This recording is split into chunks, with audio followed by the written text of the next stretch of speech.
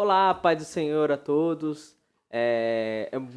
Com grande satisfação que estamos aqui terminando mais um trimestre, onde foi falado sobre o livro de Ezequiel, onde nós decorremos sobre os 48 capítulos que fala-se nos livros de Ezequiel. E estamos hoje aqui, né, como o Cavalcante falou na lição 12, que iríamos ter uma surpresa, e a surpresa é essa, que hoje iremos tem eu aqui, né, atrapalhando um pouco o decorrimento de todo o debate da lição 13, mas também temos o evangelista Cavalcante e o evangelista Crisley. Eu sou o diácono Kelvin e iremos falar hoje sobre a lição 13, que é O Senhor está ali. E já quero começar desejando a todos umas boas festas, quero desejar a todos um 2023 de bênção, de saúde e de muita prosperidade, e que venhamos ver o ano de 2022, os pontos positivos, e repeti-los em 2023, e os pontos negativos seja aprendizado para melhoria desse novo ano que irá começar. Eu já quero começar cumprimentando o evangelista Cavalcante. Pai do Senhor Cavalcante, tudo bom? Pode ser o Kelvin. Quero também cumprimentar o evangelista Crisley. Pai do Senhor Crisley. A paz do Senhor Jesus, paz do Senhor Jesus aos professores e alunos da Escola Bíblica Dominical que estarão conosco aí. Bom, então vamos já falar sobre o texto áureo dessa lição. Ele está em Isaías, no capítulo 11, versículo 9, que diz assim: Não se fará mal, nem dano algum em todo o monte da minha santidade, porque a terra se encherá do conhecimento do Senhor, como as águas cobrem o mar. Cris, quer falar alguma coisa? Nós vamos ver que a abrangência, né, de todo o livro de Ezequiel e o tema do começo, né, do início desse livro é a santidade. Eu creio que o escritor desta lição ele se baseou nisso, né, e trouxe aí esse versículo de Isaías 11:9 aí, que vai trazer exatamente o que foi o tema no começo aí desta revista, né? Cavalcante? Como a gente já está chegando aí no final da sessão escatológica do livro de Ezequiel, e o final do livro vai apontando para essa plenitude de Deus na presença do povo, cuja ênfase, como o irmão Cris falou, é a santidade de Deus, é Deus se fazendo presente no meio do povo. Agora eu quero falar, antes de nós iniciarmos falando da verdade prática e os demais temas, eu quero dar um parênteses aqui para a gente poder comentar um pouco sobre tudo que passamos nessas 3 lições e a experiência de ambos os professores, tanto o Crisley quanto o Cavalcante, além de dar as pré-aulas aqui pelo YouTube, eles também são professores nas suas igrejas das turmas de adultos, né? Então é importante deles falar um pouco da experiência passada nesse livro, que é um livro, como já foi muitas vezes comentado aqui, muito difícil de ser decorrido devido à sua complexidade de falar de temas futuros. Eu quero começar falando com o Cavalcante. Cavalcante, fala um pouquinho qual foi a sua experiência nessas 3 lições. Bom, como dito, né, é um livro muito difícil de lidar, de interpretar, principalmente os aspectos escatológicos, das visões de Ezequiel.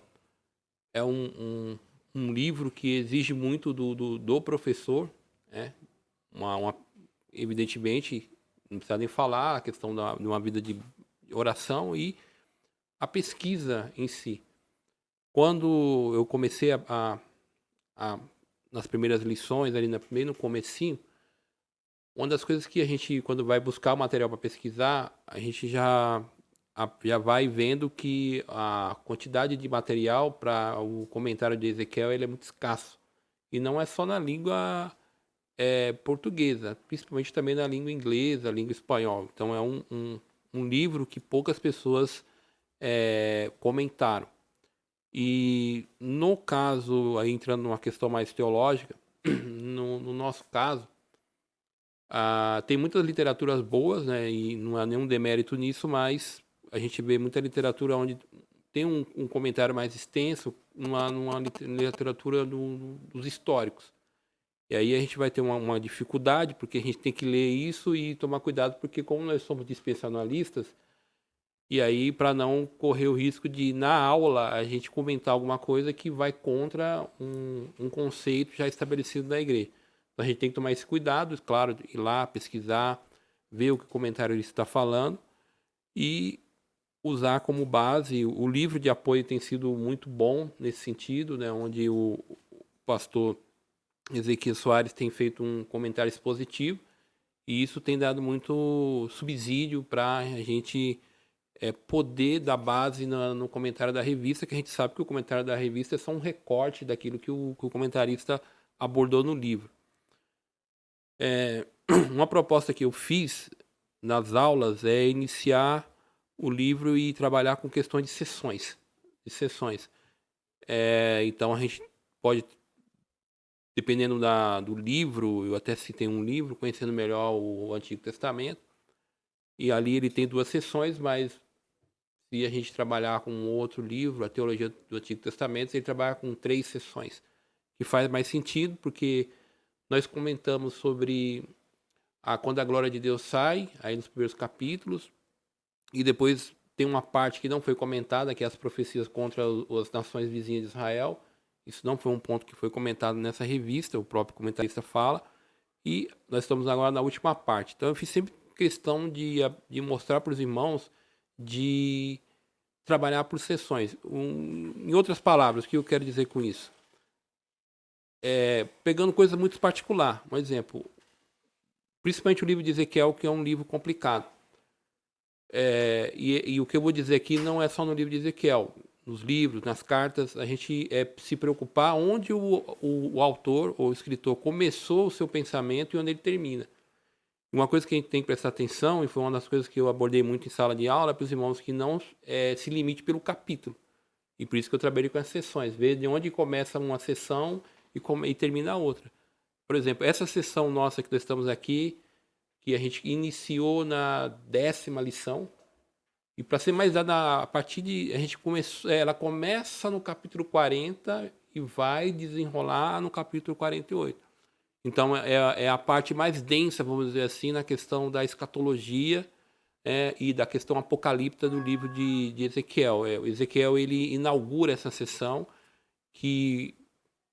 Só uma última questão aqui, na minha participação, da primeira participação.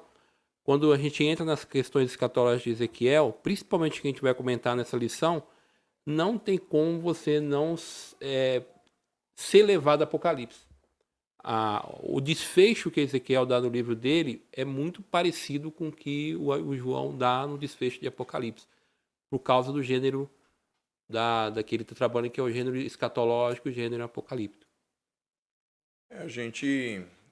Como a gente trata na escola dominical de um curso, podemos dizer assim, básico, a gente, por exemplo, eu busquei com a classe um cunho mais dentro da parte histórica da questão do Ezequiel, porque se a gente entrar nessa questão escatológica e aprofundar muito, a gente vai para caminhos que muitas das vezes pode até...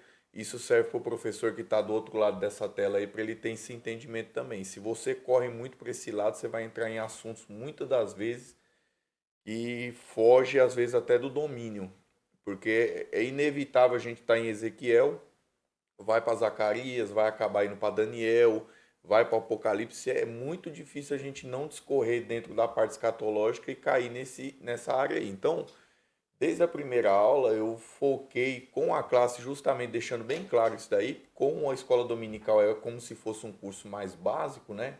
Então a gente vai colocar uma parte mais estrutural para que as pessoas consigam entrar dentro do livro, lê-lo e entender o contexto. Então eu procurei a parte mais histórica. Então nós vamos ver aí, dentro desse contexto histórico, Ezequiel, ele vai ser levado ao cativeiro em torno dos seus 25 anos de idade, assim, muitos historiadores assim o acreditam. E você vai ver que 25 anos de idade, exatamente ele como levita, né, da família de Arão ali, a idade que a pessoa era separada para o sacerdócio, só que ele, no período que era para ele estar sendo separado para o sacerdócio, ele estava sendo levado para a Babilônia. E ali nós vamos ver ali quando ele chega aos 30 anos de idade, né, conhecedor de toda da lei, da jurisprudência, porque o sacerdote ele tinha que conhecer essa área, porque ele tinha que julgar de acordo com a lei, ele tinha que conhecer, por exemplo, questões veterinárias, porque o próprio sacerdote ele tinha que examinar o animal que seria usada ali no holocausto. Então, tinha tudo isso de Ezequiel, essa parte dele como sacerdote, como a parte que ele não conseguiu exercer o seu sacerdócio, mas ao mesmo tempo nós vemos nesse mesmo período o Senhor trazendo ele para profeta. Aí me chamou mais a atenção de todas as lições, lição número 4, que quando foi-se a glória de Deus, né? Porque a grande crença dos judeus era em cima do templo, né? Nós temos o templo aqui, enquanto nós estivermos com o templo aqui dentro de Jerusalém, mesmo os babilônicos ali em volta, ali, sitiando a cidade, nada iria acontecer. Só que nós vamos ver, de acordo ali com a sua fracassada vida espiritual, cometiam vários e vários e vários pecados que os levaram ali infelizmente, para o cativeiro babilônico. O mais bonito de tudo é que quando a gente traz todo o contexto, você vai ver que quando Ezequiel está lá dentro, lá, se a gente for no capítulo 1 e 2, quando o Senhor chama ele está lá na Babilônia, lá profetizando de lá para quem está em Jerusalém. E Jeremias estava lá, em Jerusalém. Então o livro de Ezequiel em si, não tem como a gente pegar ele e contextualizar só dentro dele. Então a gente vai puxar Jeremias, vai puxar Daniel, vai puxar Apocalipse, vai puxar o Zacarias, e assim é muito abrangente. Então é um assunto muito grande para esse período tão curto que a gente tem de escola dominical. Então pelo menos na classe, eu busquei sempre essa questão mais histórica para a gente conseguir trazer mais uma didática mais fácil para os alunos aí. Eu creio que o professor que está na sua classe aí tem buscado também, acho que mais facilidade, né, para os seus alunos entender, né? Não complicar, né? Lembrando que se nós levarmos muito aquela questão de um aprofundamento dentro do tema, dentro de uma sala de aula, pode até confundir a cabeça de muita gente. E aí o que poderia ser feito para descomplicar ou então trazer a luz em cima da Bíblia, você traz dificuldade no entendimento da pessoa. Mas é importante a gente ver que foi um tema bem complicado durante esses 3 meses, mas que deu para trazer discorrer o assunto, trazer o livro de Ezequiel de uma maneira bem didática, como o Cavalcante falou, trazendo uma separação dentro dos temas, parte 1 e parte 2. Vi muito isso dentro das pré-aulas e também na sala de aula, quando eu não estava lecionando, eu estava também como um aluno do Cavalcante, e eu vi muito essa separação do ponto A e o ponto B, 2 partes dentro do livro, e dentro das 2 partes alguns subtópicos. E dentro das lições, as 3 lições, deu para trazer essa boa separação. Já vamos falar da verdade prática? A verdade prática, ela diz assim: o Deus de Abraão, de Isaac e de Jacó governa soberanamente o seu povo. Ele está no meio do povo. Cavalcante?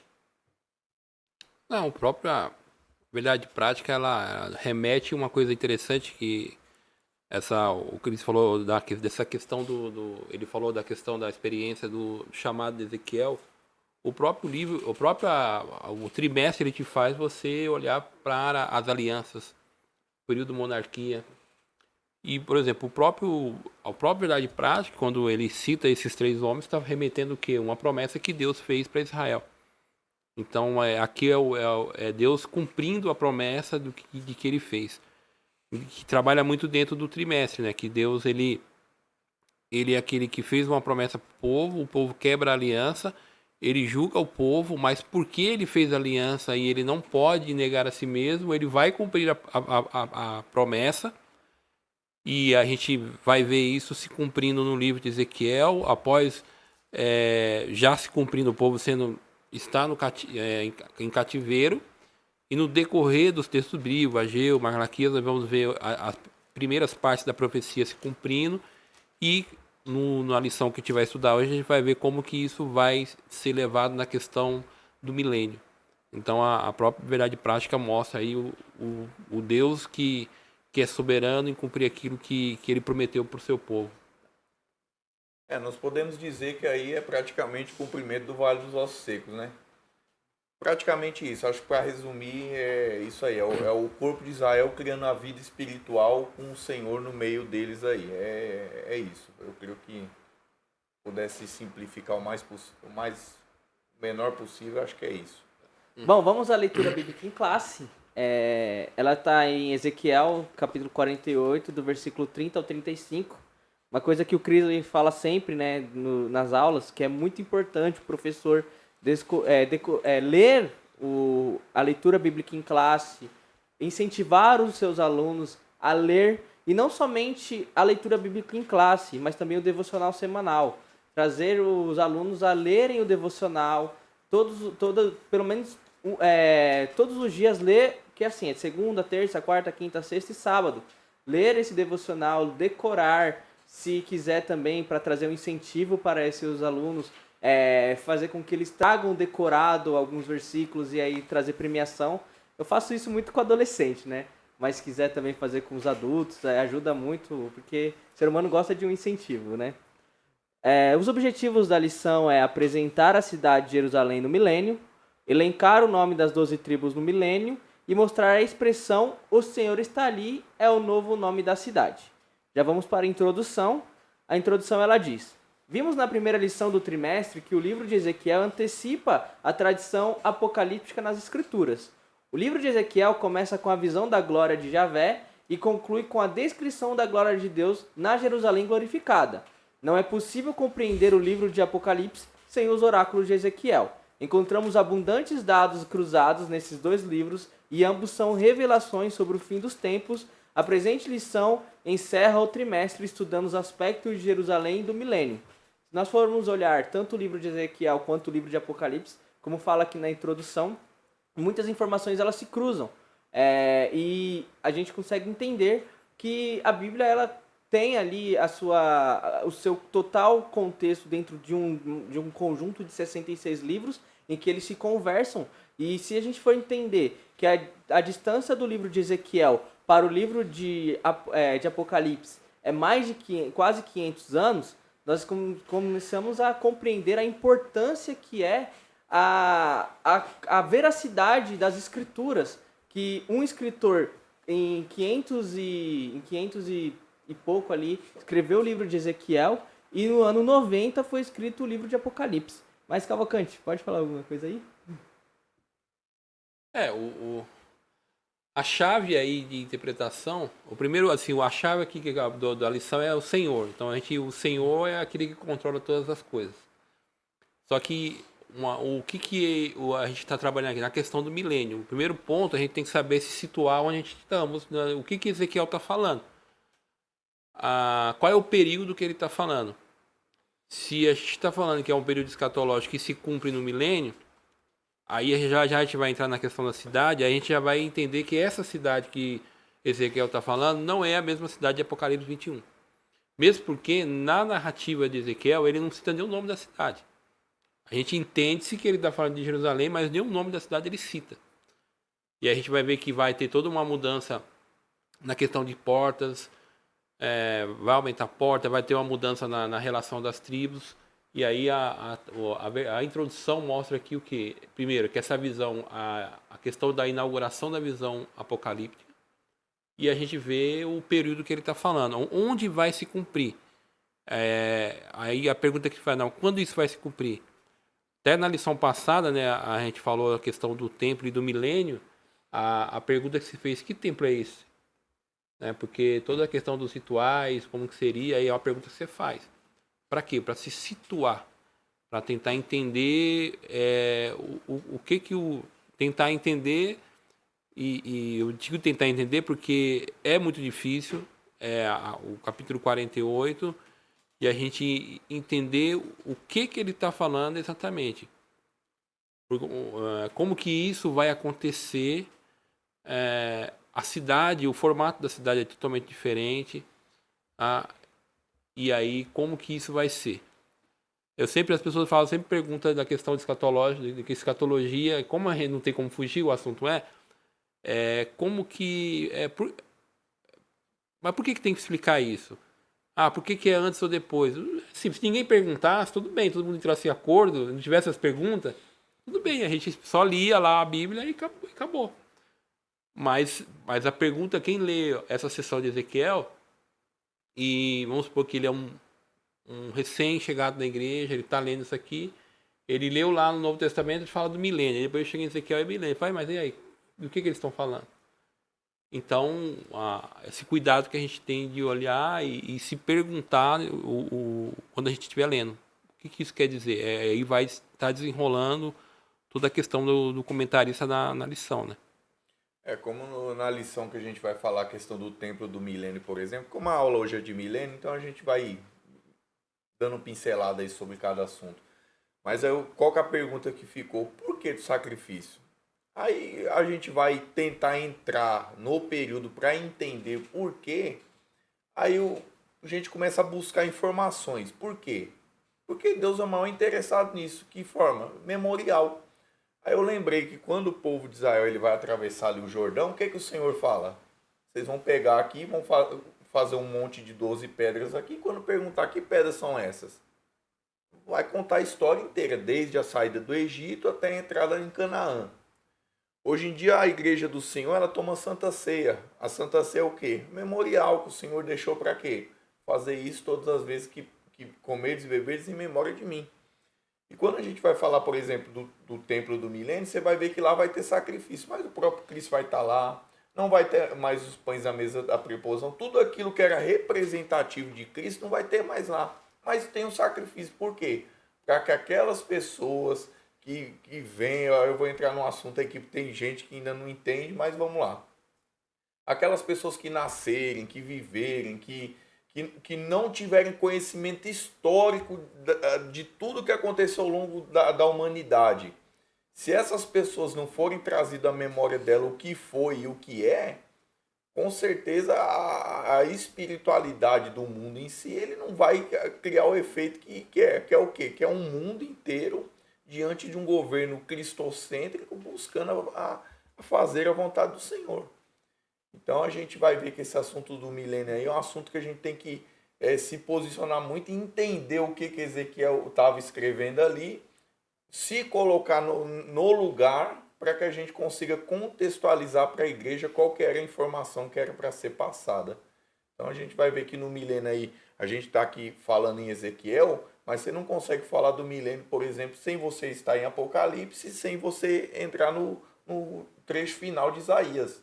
Que é aí onde você consegue explicar até uns detalhes mais claros como que vai ser os fatos corridos ali no milênio.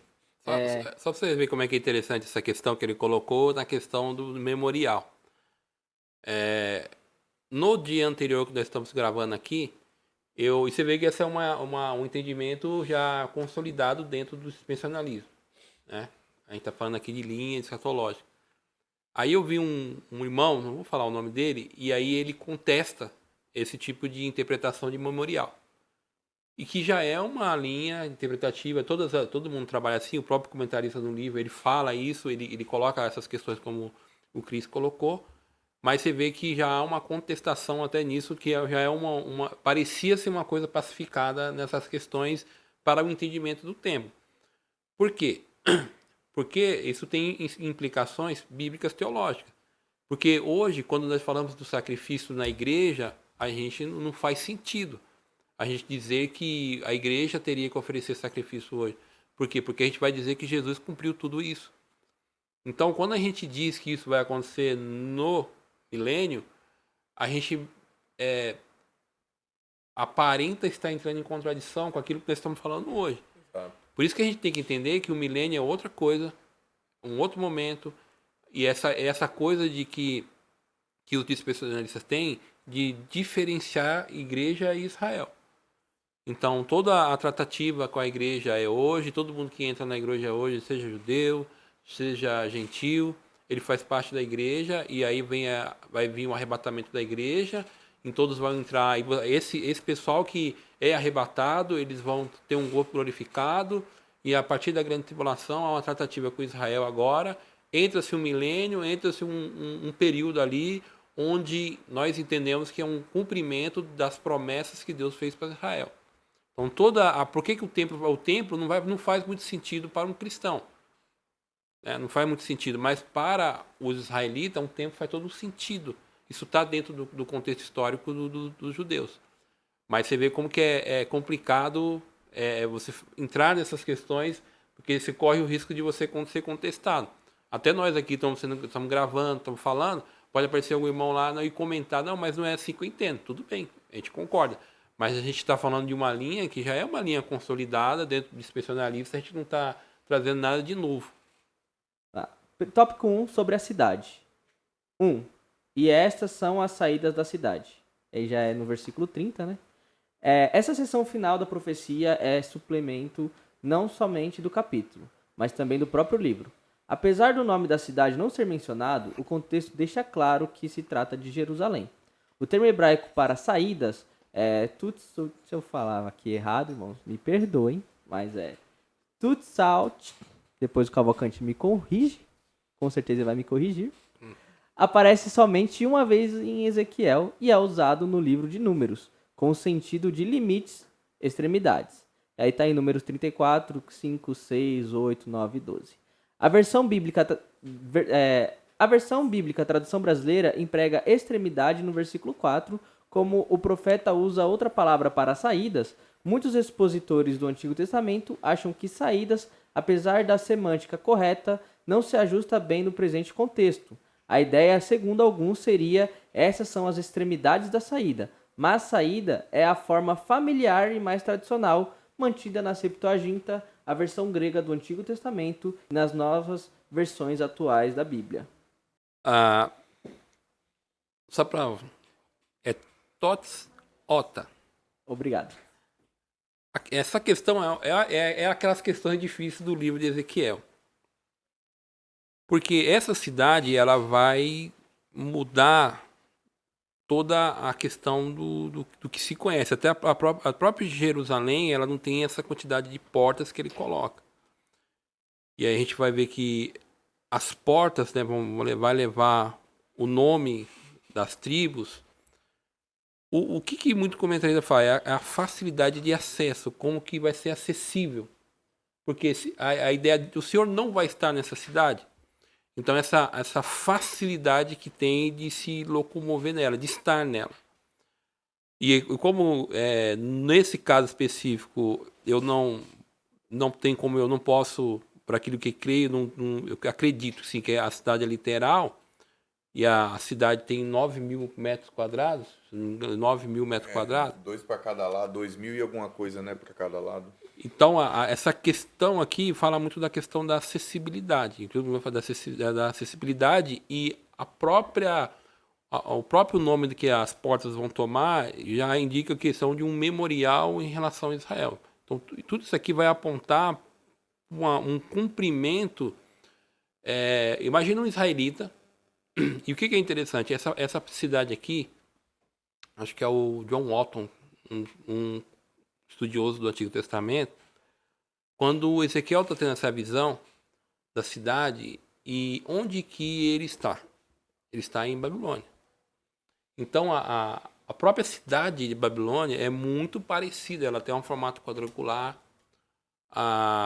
Então, o próprio, por exemplo, você tem o templo dos babilônicos, ele tem até esse formato da cidade. E aí, o que é curioso? É curioso como Deus usa um contexto em que os israelitas conhecem para indicar o que vai acontecer no futuro. Talvez aí seria uma maneira pedagógica de Deus de explicar como seria essa cidade. Então, a cidade que ele está colocando aqui é muito parecida com a cidade de Babilônia. Então, que é um formato conhecido dos povos lá da antiguidade. Até na questão dos portões também, né? Toda essa questão aí. Quando a gente olha aí, você vai pensar bem sobre esta cidade que a gente crê que é uma cidade literal, ela vai lembrar muito do tabernáculo, aquela questão do tabernáculo ser centralizado e trazia a mesma distância para qualquer tribo que quisesse se aproximar do tabernáculo. Então a gente vai ver uma cidade diferente até do que toda a história de Israel mostrou, né? Uma cidade no formato quadrado, né? Isso nunca aconteceu, então você vai ver essa questão desse formato. A questão dos portões, assim como o evangelista Cavalcante falou, a questão de um memorial, é uma questão judaica mesmo. A centralização do governo mundial dentro de Israel mesmo, né? Assim, que é o que a gente crê. E você vai ver que essa questão aí me lembra muito o tabernáculo, né? Aquela estrutura montada ali no centro, né? Com acesso igual para todas as tribos ali. Mas é uma coisa bem característica e, assim como foi falado, já é uma coisa bem fácil de eles entenderem, né? É desse jeito e muito mais fácil eles entenderem naquela época o que lhes era passado. Por quê? Porque já era uma coisa habitual que eles já viam que Você vê, acontecia. o próprio comentarista, você vê que a gente já atropelou todos os subtópicos para poder explicar o primeiro. Já estou, porque não tem como você não puxar. E você vai ver que o próprio comentarista ele cita o caso do Marduk, que é a visão das portas, a questão arquitetônica, como que ele está sendo mostrado aqui, ela é similar com o que o povo está vendo em Babilônia. Então, a questão, por exemplo, 12, entrando na questão simbológica, 12, ela fala de uma plenitude de governo. E o que vai acontecer no milênio? É a plenitude do governo de Cristo. Tá? E aí, claro, isso também faz referência às 12 tribos de Israel. Tá? E aí aqui eles vão tomar toda uma outra figura. Então essa cidade, a origem dela, ela é complicada por isso, porque é um tipo de arquitetura que não era que nós que quando lê o texto bíblico a gente não vê esse tipo de construção, a gente não tem uma referência anterior num relato bíblico dentro da revelação bíblica, é Deus fazendo algo agora novo a partir do milênio. Amém. Vamos ao subtópico 2, o formato da cidade. Aqui a gente vai falar sobre o formato dessa cidade. Já adiantamos um pouco falando que ela tem ali uma medida, né, padrão. E a descrição da cidade de Ezequiel revela ela ser quadrada. Está em Ezequiel, capítulo 48, verso 16. Nessa visão suplementar, o profeta fala de 4 lados descritos no sistema horário: norte, leste, sul e oeste, um tipo da Nova Jerusalém. A extensão de cada lado é de 4.500 medidas, ou 2.250 metros. Está isso em Ezequiel, no capítulo 48, versículo 16. A cidade de Jerusalém nunca teve a sua área territorial quadrada, e nem sua arquitetura em nenhum período histórico. O que o profeta está revelando é algo novo até então. É uma figura nova da Nova Jerusalém no mundo vindouro. Então é o que a gente já vinha pincelando aí no outro tópico que acabou discorrendo nesse daí. O entendimento acho que fica bem claro quando a gente traz a questão do tabernáculo, né, que era outro templo aí, podemos dizer assim, espiritual para Israel, que ficava exatamente centralizado ali no meio das 12 tribos. A gente tem que entender que a igreja, ela cumpriu o papel dela, que Israel agora está tendo o papel dela dentro do milênio. A gente tem que entender isso dentro da nossa visão, né? Onde o governo mundial ali na pessoa do próprio Cristo será centralizado, né? Em Israel.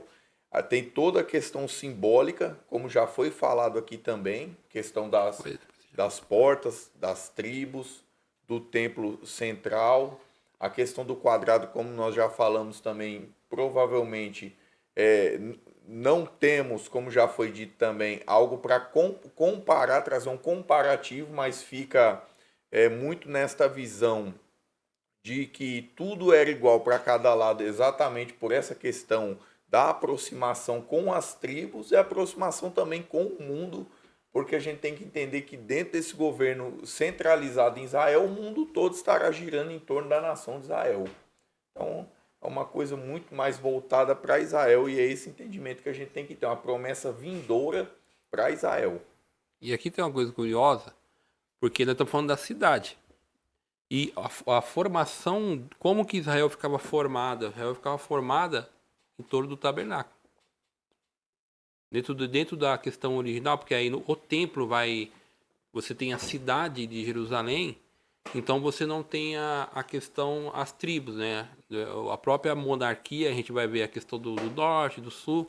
Então nós temos 10 tribos que estão ao norte, e nós vamos ter as 2 tribos ali, e meia, na região de Jerusalém, onde está o templo. E aí você tem a cidade onde o templo está dentro. O que Ezequiel está fazendo? Ezequiel, ele está trazendo a cidade, e lembrando que até agora nós não falamos do templo. Nós já falamos do templo na lição anterior. O templo está aqui, em algum lugar, dentro da cidade. Então, a cidade está... E aí você tem as portas, que muda toda a configuração de como as tribos eram. Por exemplo, a própria tribo, a tribo de Levi, ele vai ter uma quantidade de terra que a gente vai ver, vai ser dividida menor. Que quando a gente vamos para as divisões das tribos, eles tinham uma quantidade de terra maior. Por ser a tribo religiosa, vamos dizer assim, eles atendiam os outros israelitas em outras regiões que estavam espalhadas por Israel. Então você vê que a cidade, ela e as tribos representadas nas portas parece uma configuração de lá do tabernáculo. É como que se... Porque assim, aí qual que é a ideia? Entra muito na ideia da lição, na ideia dessa ideia escatológica. Qual que é por exemplo, qual é a mensagem escatológica bíblica? Quando a gente vê uma mensagem escatológica no texto bíblico, é de esperança.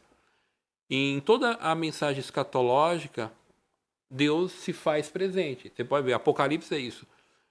Apocalipse, quando a escatologia vai mostrar o quê? Que Deus vai... nós vamos estar com Deus no final de todas as coisas. E a ideia aqui é a mesma. Então, a ideia da cidade, onde os israelitas vão estar. Os israelitas vão estar nessa cidade, que vamos entrar mais para frente, que o Senhor está aqui.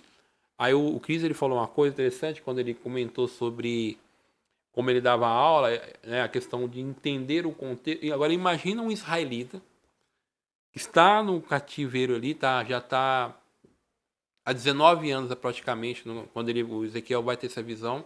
Ele vai ter 15 anos após a primeira, já tinha lá há 14 anos, já estava há 5 lá, então 19, quase 20 anos. Aí eles já estão há 20 anos ali em Babilônia. Aí eles ouvem essa profecia e Deus falou assim, vou construir uma cidade, vou colocar o nome das tribos ali e tal, ou seja, e eu vou estar lá. Então o formato da cidade, como ela é configurada, e pelo fato de ser algo novo, é até difícil a gente explicar, mas a gente vê como que Deus vai trazer novamente as 12 tribos para próximo dele. E aí tem um detalhe aqui, porque as tribos estão perdidas. Nós temos a tribo do norte já foi levada, e houve uma mistura, e Deus está falando assim, eu vou trazer todo mundo. Eu vou levar o pessoal que foi levado cativo lá para os assírios, e eu vou trazer o pessoal que está cativo para a Babilônia. Então Deus congregando novamente o povo em torno dele. Uma coisa que é importante nessa questão de esperança é porque a gente for para pensar, hoje nós temos a história completa, do início do cativeiro até o fim dele, 70 anos ali. Só que eles estavam ali no primeiro terço do cativeiro, sem esperança nenhuma, dentro de subjugado por um reino muito autoritarista. E ter a esperança de que um dia se reuniria novamente dentro da Jerusalém era esperança, né? Assim como nós hoje, que estamos num mundo tão destruído, tão devastado, termos uma esperança de que Jesus virá e levará a sua igreja para um lugar onde não haverá tristeza, nem dor, nem sofrimento, é esperança. Tivemos ontem um debate, eu e o Cavalcante, né, Cavalcante? Sobre isso, que quando ele perguntou para mim o que remetia ao Apocalipse, eu falei alerta, que é o que a gente geralmente aprende nas igrejas pentecostais, né? Alerta. Mas não, é esperança. O Apocalipse é esperança. É trazer para nós um sentimento de que Jesus virá, e com essa volta dele, nós iremos com ele e viveremos uma vida melhor. Bom, como nós já decorremos sobre todo o assunto do tópico 1, então o tópico 3, né, que é as 12 portas, e o tópico 4, a origem do formato das portas, nós já falamos. Então já vamos aí para o tópico 2, que ele diz o nome das 12 tribos. Tópico 1, as 12 tribos de Israel. Há cerca de 20 listas dos filhos de Jacó e das respectivas tribos de Israel do Antigo Testamento. Mas não existe nenhum padrão. Por exemplo, A lista com os 4 primeiros nomes, Rubem, Simeão, Levi e Judá, seguem a ordem de nascimento. As outras listas divergem a partir do 5º nome. A lista de Ezequiel segue no sentido horário, a partir do norte da cidade de Rubem, Judá e Levi, leste ou oriente, José, Benjamim e Dan. Sul, Simeão, Issacar, Zebulon, oeste ou ocidente, Gade, Asser e Naftali. Então, aqui é mais uma situação complicada. Aqui a gente vai ter toda uma mudança na ordem geográfica de tribos, na ordem de liderança das tribos, nas divisões das tribos.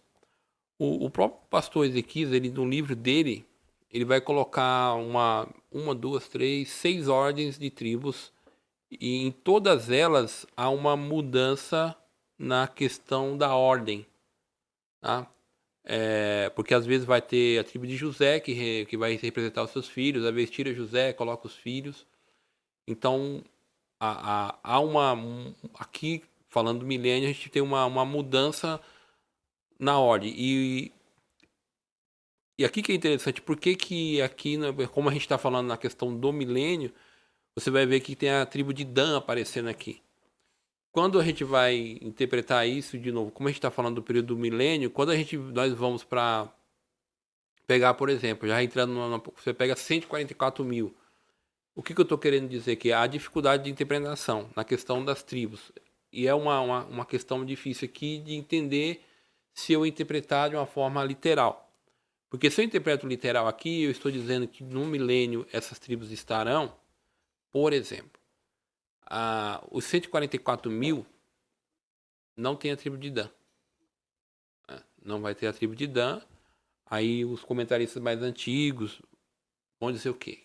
Que a tribo de Dan, eles não estão lá porque aí tem o Ireu de Leão, uma interpretação muito antiga, que ele fala que os judeus, na época dele mais antiga, interpretavam que, pegando a profecia de Jacó, Gênesis 46, que vai dizer que Edã, ele julgaria os seus irmãos. Então os rabinos mais antigos entendem que o anticristo viria da tribo de Dan. Então é uma explicação por que a tribo de Dan não aparece nos 144 mil lá,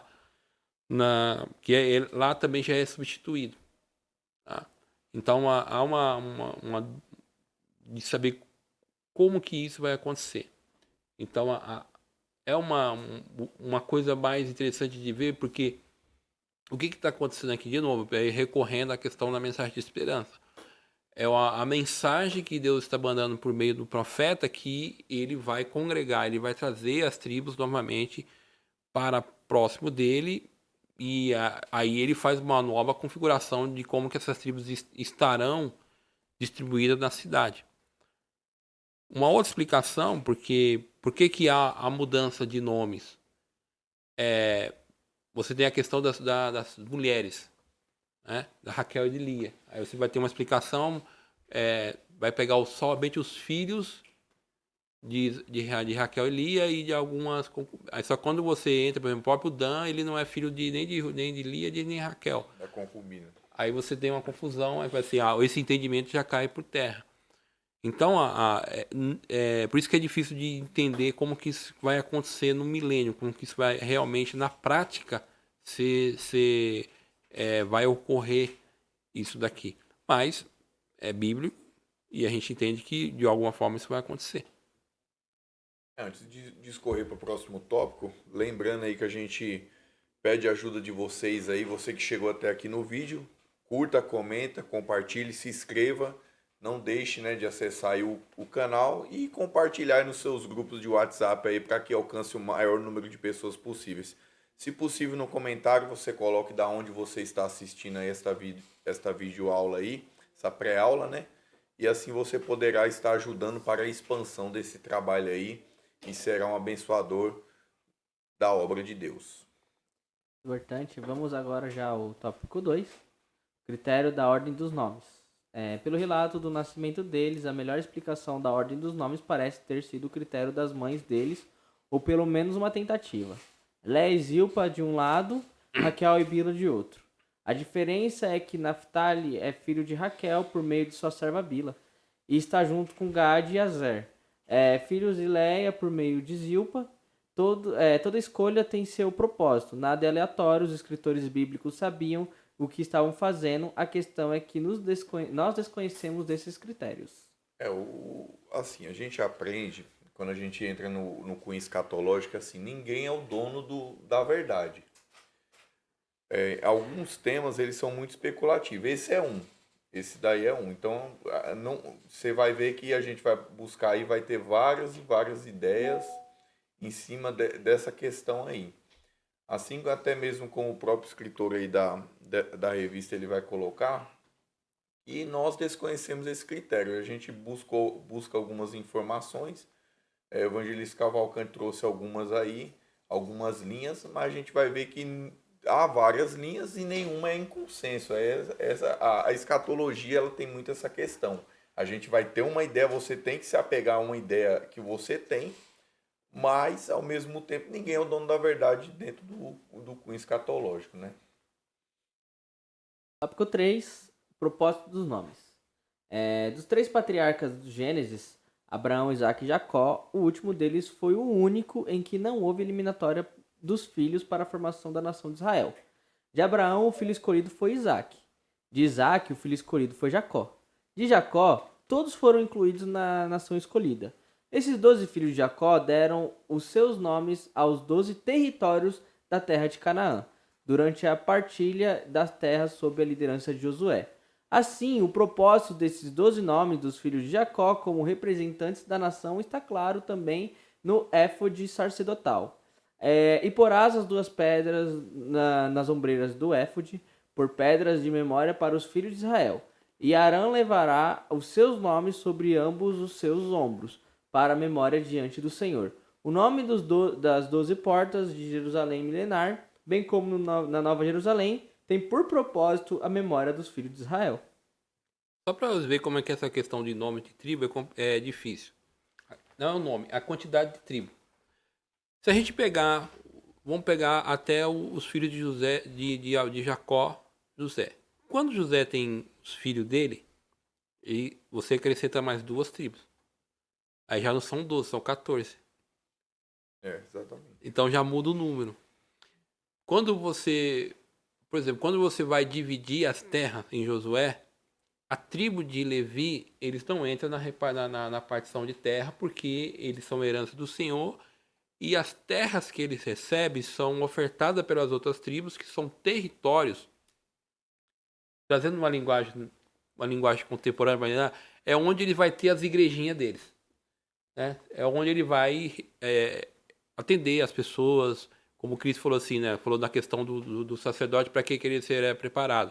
Ele tinha conhecimento de medicina, ele tinha conhecimento de veterinária, então ele estava muito próximo e tinha a questão da cidade de refúgio.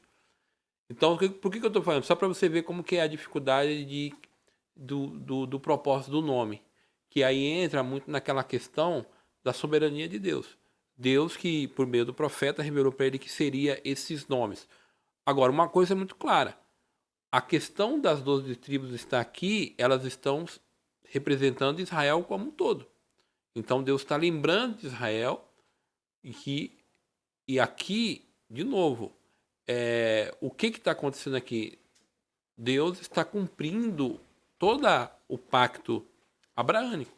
O pacto que ele fez com Abraão no capítulo 12, ele está se o pacto de Abraão e o pacto de Davi.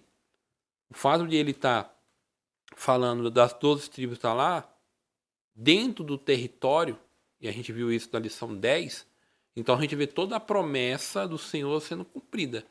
Agora, por que ele estabeleceu essa ordem de tribo? É soberania de Deus, e a gente não tem como saber por qual foi, como a revista coloca, qual foi o critério, né?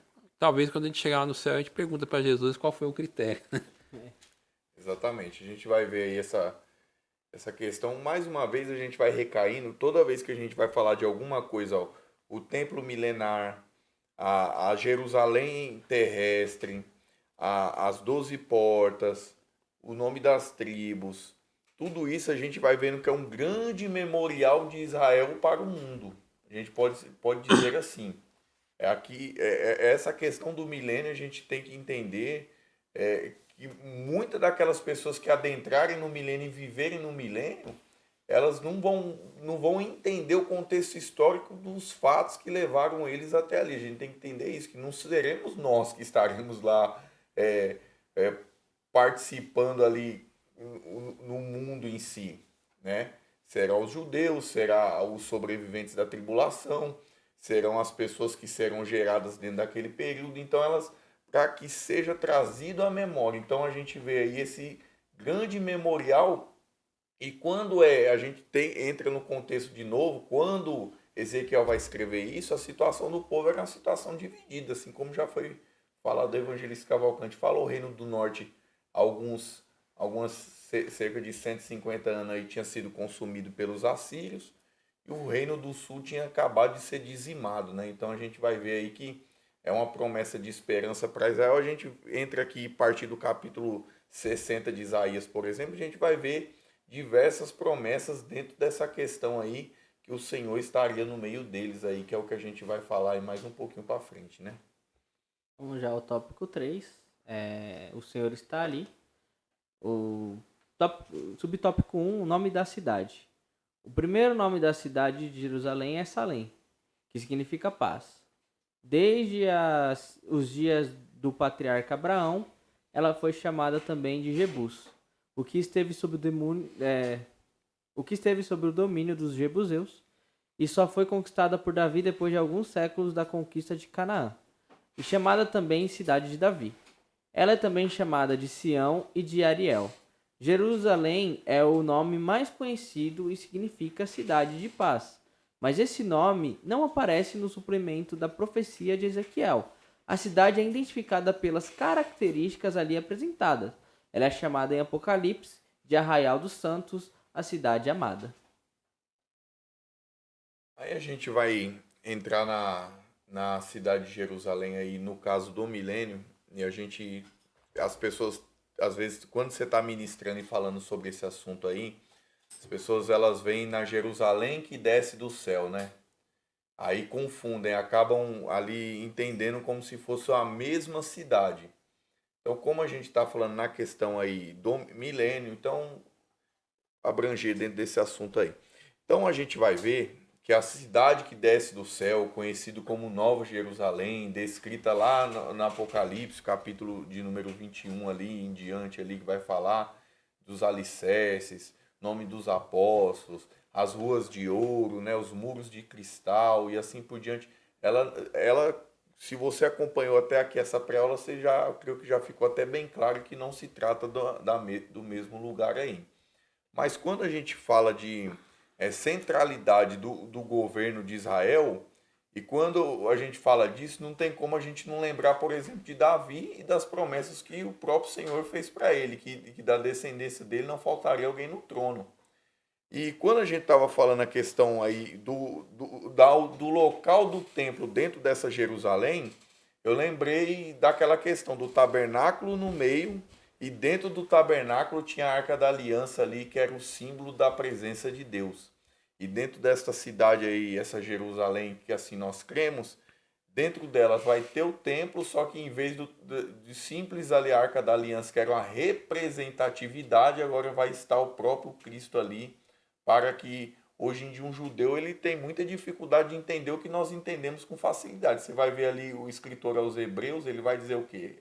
O que nós vemos agora, né? Aquilo que era do passado é sombra apenas do que nós estamos vendo. Então segue muito nessa linha aí, da tipologia do que era e do que é agora nessa nova Jerusalém aí, que é uma Jerusalém terrestre, totalmente diferente se a gente pegar a estrutura arquitetônica, que eu acho que só nessa questão aí da arquitetura a gente já começa a entender que uma cidade é muito diferente da outra em muitas questões na arquitetura e até mesmo na área espiritual aí, como a gente falou até mesmo de um templo, né? E a questão na Nova Jerusalém que desce do céu, né? Um pouco diferente, né? Vamos ao subtópico 2. O nome divino. Os nomes de Deus não são apenas um apelativo, nem simplesmente uma identificação pessoal, mas são inerentes à sua natureza e revelam suas obras e atributos. Não é meramente uma distinção dos deuses das nações pagãs. O nome revela o poder da grandeza e da glória do Deus Todo-Poderoso. Além de mostrar os atributos dele, o próprio Deus se identifica a si mesmo como Hashem, o nome. Quando a Bíblia faz menção do nome de Deus, está se referindo ao próprio Deus. Haverá um lugar que escolherá o Senhor vosso Deus para lhe fazer habitar o seu nome. Cavalcante, eu falei certo, Hashem? Falou certinho. Ah, então eu falei certo aí, ó. Quase um judeu já. Já tá falando língua estranha. Já. Não. Então, aí aqui a gente entra na questão da cidade e o nome dela. O nome de Deus, porque uma coisa interessante dentro do... É interessante em olhar como que eu sempre tenho falado isso na sala de aula, a mentalidade do mundo antigo, né? Eu estou tentando lembrar um triângulo que eu coloquei, e eu só lembro de duas partes do triângulo, que é Deus, a Terra, que é de Deus, a Terra, e no caso seria, não vou colocar lei, não tem muito correto, que é essa tríade que o mundo antigo ele estava muito ligado, né? A questão do povo, agora que tem é Deus, a Terra e o povo. Então, essa questão de você saber de quem você é o Deus e a Terra. E o que está acontecendo aqui? Deus se revelou para um povo e só para fazer uma recapitulação no próprio livro de Ezequiel, acho que o Cris lembra disso, porque uma das coisas que o povo dizia é templo do Senhor, templo do Senhor. Então, a gente fala, o templo do Senhor está aqui, então os inimigos nunca vão invadir a cidade. Ou Deus prometeu essa terra para nós, nós somos o povo escolhido. Então não faz sentido um povo, né, o próprio Abacuque, né, ele fala, como que pode, né, o Senhor vai trazer um povo pior do que Israel para... Abacuque tinha mais ou menos o pensamento que a maioria dos judeus tinha, que o tempo está aqui, por que um povo ímpio vai entrar, né? E vai... Exatamente, Essa então... ideia aí. Aqui a gente vê o Deus, aqui que é bonito nesse último tópico, que nós vamos ver o cumprimento. Deus não só cumpre a promessa dele, mas Deus vai estar de uma forma real com o povo. E isso é tão evidente que ele coloca o nome dele na cidade. Quando Deus, a gente vai ver a questão, acho que no próximo tópico, eu não sei se é no próximo ou é esse daqui mesmo, Deus está se identificando, ele está se revelando. Tá? Quando essa questão do nome tem uma importância muito grande dentro da questão bíblica. Então, às vezes a gente vê assim, né? Por que as portas têm os nomes das tribos? Ou por que lá vai ter o nome dos apóstolos? É a questão do cumprimento da promessa. Por que a cidade, porque a cidade em si, de uma forma literal, né, é o lugar onde os israelitas vão estar, mas a própria cidade, ela representa a presença plena de Deus. E quando ele coloca o nome dele, tudo aquilo que Deus prometeu para Israel, desde Abraão, depois a questão da terra, a questão de que ele estaria com o povo, e aí o tabernáculo é construído, posteriormente o templo é construído. Tudo isso a gente vê se cumprindo agora em Ezequiel 48. A gente vê essa questão tríade, né? A questão de Deus falando assim, eu sou o Deus de vocês, eu vou estar lá, eu vou te dar uma cidade, vou colocar o nome das tribos, é a questão do povo, da identificação, e a questão do território. Então tudo aquilo que no imaginário dos judeus antigo, ele está vendo se cumprindo. Aí de novo a gente só tem que voltar e lembrar, quando Ezequiel está tendo essa revelação e ele vai falar isso para o povo, eles estão no cativeiro. Então Deus está falando para eles, olha, quando acabar o cativeiro, eu vou restaurar vocês. E eu vou construir uma cidade, o templo vai lá e o Senhor está lá, eu estarei lá. Como é o nome da cidade? O Senhor está aí. Subtópico 3. Aí agora eu vou me complicar muito com esses nomes. Yahvé chamar. Yahvé chamar. A Bíblia nos mostra com clareza que Deus se deu a conhecer, nos tempos do Antigo Testamento, por vários nomes inerentes à sua natureza e às circunstâncias da sua revelação. Para Abraão, ele apareceu como a provisão dos sacrifícios em lugar de Isaque, seu filho. O nome era Yahvé-Jiré, ou Javé-Jiré, né? Como nós já ouvimos muito aqui na igreja, né? Já ouvimos em muitos louvores, né? Que significa: o Senhor proverá. E prometendo livrar os filhos de Israel daquelas pragas e enfermidade que sobrevieram aos egípcios, ele se manifestou como Yahvé Rafá, ou Javé Rafá. Isto é, Eco Senhor ou Sará. Entre outros nomes, mas o nome divino é Yahvé Chamá, ou Javé Samá. Isto é, o Senhor está ali. É o novo nome dado à cidade no milênio. O objetivo é desassociar o nome Jerusalém com os pecados do passado. Então como já foi falado, né, vai como se trouxesse assim o epílogo da história da cidade de Jerusalém aí no caso, né? Encerra-se esse nome, né? Entre o nome o Senhor está ali, e ali vai trazer ali bem claro ali a questão do Abraão, por exemplo, e a multiforma da apresentação de Deus para cada um ao longo da história da Bíblia. Então, quando nós olhamos, por exemplo, essa questão do Abraão, o Senhor vai aparecer para Abraão como o quê? Como provedor. Então, para Abraão, é aqui, o Yahvé-Jiré, né? Deus proverá. Aí, aqui no caso de Israel, aqui no caso da Jerusalém, nós vamos ver aqui, o Senhor está ali. Aí a gente lembra da lição número 4, quando nós falamos que a glória, ela foi embora, né? E acabou ali no caso ali. Ali foi-se a glória de Israel. Esse povo aí, ele viveu esse período. Ele viveu o período da invasão babilônica, da destruição do templo, dos utensílios sagrados serem levados ali para a mesa babilônica.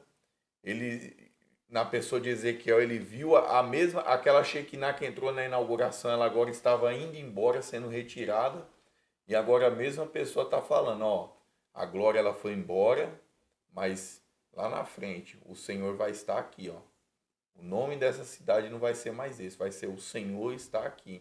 Não, e quando ele fala isso, não numa questão simbólica, como era da Arca da Aliança, mas numa questão literal da própria presença do Senhor ali, quando nós vemos esse nome aí, o Senhor está ali. Uma coisa que eu acho muito importante é que, assim, alerta foi dado ao povo. Nós vemos aí durante vários comentários que os atalaias foram utilizados para alertar o povo e o povo não ouviu. E pagou o preço.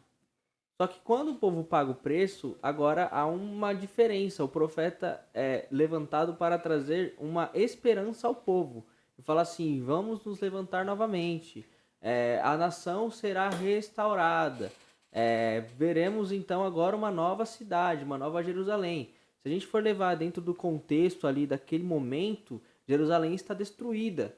Jerusalém está ali em pedaços. O templo foi sitiado pelos babilônios. E quando nós falamos de uma nova, e aí muda-se o nome, como diz o comentarista, quer dizer o seguinte, que todos os pecados do passado agora vão ser apagados. E agora vai ser tudo feito uma novidade, algo novo, um novo nome, onde ali estará o Senhor. E tanto para os judeus, isso, como para nós, como cristãos, que temos a esperança de que um dia veremos tudo isso sendo acabado e algo novo vindo. Algo novo para nós, todos nós, os santos, que passamos tantas dificuldades aqui, tantos problemas, mas há esperança, igreja, há esperança para você que pode estar passando por uma dificuldade agora, neste momento, que não vê mais esperança na sua vida, mas creia que haverá esperança. tá? Exemplificando isso aí que você falou, nós vamos ver, por exemplo, o Senhor pega o nome de Abraão, ele pega Jacó, né, enganador, coloca Israel. Então, é, é, isso traz bem claramente a questão de uma virada de página, né? A virada da história, no caso, na questão do Abraão, na dele, né? E no caso do Jacó, na história dele. E no caso aí, o Senhor está ali, uma virada na história da nação de Israel. Aí, como a gente já tinha dito, o cumprimento do que diz lá no final do Vale dos Ossos Secos, Ezequiel 37, que as pessoas pregam tanto, mas de uma forma até mesmo errada, pois isso aí ela traz a questão da vida espiritual de Israel, né? O Senhor está ali. Então é o cumprimento do Vale dos Ossos Secos aí no caso. É, a questão dos nomes na Bíblia é muito interessante. Quando se coloca o nome em alguma coisa, está dizendo, quando muda, você está dizendo que você manda. A gente vai ver isso quando os Daniel e seus companheiros chegam em Babilônia, os nomes deles são mudados, porque o império ali está dizendo que ele tem poder sobre eles, sobre as vidas deles. A questão de quando se coloca o nome em alguma coisa, o que Deus está falando? Eu sou o dono. Eu que estou sobre todas essas coisas. E quando a gente fala nome, e por exemplo, o nome Yahvé Shammah, né, que é o YHWH, que aí é o nome sagrado de Deus, que é Senhor, eu sou, e ele vai mostrando como que Deus, toda vez que Deus se revela, toda vez que ele coloca o nome dele, ele revela para alguém, ele está se tornando pessoal, ele está se aproximando. E essa é uma relação muito bonita na Bíblia. Às vezes nós temos uma ideia de um Deus como se fosse uma coisa, uma fumacinha, e não é. Deus é um Deus pessoal. Ele se identifica com as pessoas. Só para tentar fazer um paralelo com esse último tópico aí, eu gosto muito dessa passagem, e até li isso no domingo, que é quando o João vai abrir, ele tá no céu, ele é convidado, capítulo 4, né? Jesus sobe aqui que eu vou te mostrar um negócio. Vou te trazer em espírito para cá. E de novo, e é interessante, eu queria terminar minha parte com esse paralelo com o Apocalipse, com o livro de Ezequiel, que a gente está chegando aí no último comentário, na última lição, fechando o trimestre. Qual é o contexto de João? João está preso em Patmos, o Império Romano sem dar trégua para a igreja, já tinha matado a maioria dos líderes, tinha perseguido muitos cristãos, e aí eu falei assim, vamos prender esse velhinho, porque aí a gente vamos fazer ele negar. Porque qual era a ideia? A gente não vai matar, porque se a gente matar os líderes, o número está crescendo. Então vamos fazer ele, levar ele para uma ilha, vamos fazer ele desistir, ele negar. E aí, citando um professor aí, que eu gosto muito dele, né? Deus gosta muito de trollar também com as pessoas. Deus deu a resposta. Você está pensando que a missão que você venceu? Lá no exílio, né, de João, ele vai ter a maior revelação que nós temos, que é o livro de Apocalipse. E ele não está numa situação muito difícil, muito fácil, né? Ele é um velhinho, né? Já contribuiu muito, e aí quando ele chega no céu, passado Deus, Jesus dá uma puxada na orelha nas 7 igrejas, né? Só nenhuma que não, mas ele chega no céu e começa a ver o que está acontecendo. Aí ele vai abrir os selos, né? Então no céu, não tem ninguém aqui que consegue abrir esse selo, não. E aí o João chora, né? E se eu tivesse no lugar dele, também choraria também, né? Mas ele tá lá no céu, chegar lá não tem ninguém para abrir o selo. Como é que faz? Mas e agora? Eu tô sofrendo aqui, passando por um aperto, chego no céu não tem ninguém que abre o selo. E aí aparece um ancião, né? Um dos 24 ancião, disse para ele, não chore. Aí ele vai, veja, o leão da tribo de Judá. Aí é a questão do nome aqui. O leão da tribo de Judá, o herdeiro do trono de Davi, que conquistou a vitória. Ele é digno de abrir o livro e os 7 selos. Aí como é que... Aqui é o céu. O céu está olhando para Jesus. Como o céu vê Jesus? Vê como o leão da tribo de Judá. O povo do céu lá vê Jesus como o leão da tribo de Judá. Como o trono de Davi. Ou seja, ele vê Jesus como um poderoso, como aquele que governa todas as coisas. E o mais bonito é quando o João vê. Então o João foi ver. Então eu vi. O que ele viu? O Cordeiro. Aqui é o representante da igreja. Como que ele vê? Como que a igreja vê Jesus? O Cordeiro. Como que é? Aquele que foi morto, aquele que foi sacrificado. Então João está sofrendo. Como é que ele vê Jesus? Eu vejo Jesus, aquele cordeiro que morreu por mim, aquele que sofreu por mim, aquele que pode me socorrer. Aí olha a intenção da questão do nome, como é bonito, né? Como o povo do céu, vou colocar assim, como eles olham para Jesus, como aquele o leão da tribo de Judá, aquela coisa formal, séria, né? Mas quando o João olha, é o cordeiro. Mas qual que é qual é o elemento simbólico do cordeiro? Aquele que morreu, né? Aquele que se sacrificou pela igreja, mas é aquele que entende o sofrimento da igreja. A questão do nome aqui, né? Quando o Senhor coloca a questão do nome, é isso. Deus, o Senhor está se identificando com o povo. Ele fala, eu construí tudo isso daqui. Eu construí todo esse negócio aqui. Eu construí uma nova cidade, construí um novo templo e eu estarei lá também. Entendeu? Aí, de novo, a questão da esperança.